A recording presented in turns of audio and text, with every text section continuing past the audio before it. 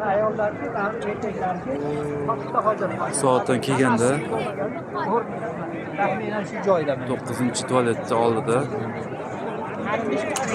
Payg'ambarimiz sollallohu alayhi vasallamga tug'ilgan uylar ekan mana shu. Mashalloh. Hozir kutubxona qilib qo'yilgan. Mana Abu Hubas tog' ekan mana bu. Tog'larda endi tog'lar mana ular 9-tualetni joyi Abu Lahobni uyi bo'lgan ekan. Jazo tariqasida tualetni qurib tashlagan ekan. Ha, o'sha. Yo'q. Quraysh qabilasi mana shu atrofda yashagan ekan. Tog'lar kesilgan. Tog'lar olib tashlanib, uylar qilingan, masjid kengaytirilgan. Hozir endi mana Haqiqiy tog'dan mana bu qolgan. chiqamiz. Turib qatga yuramiz. Bu yerda masjid jin bor.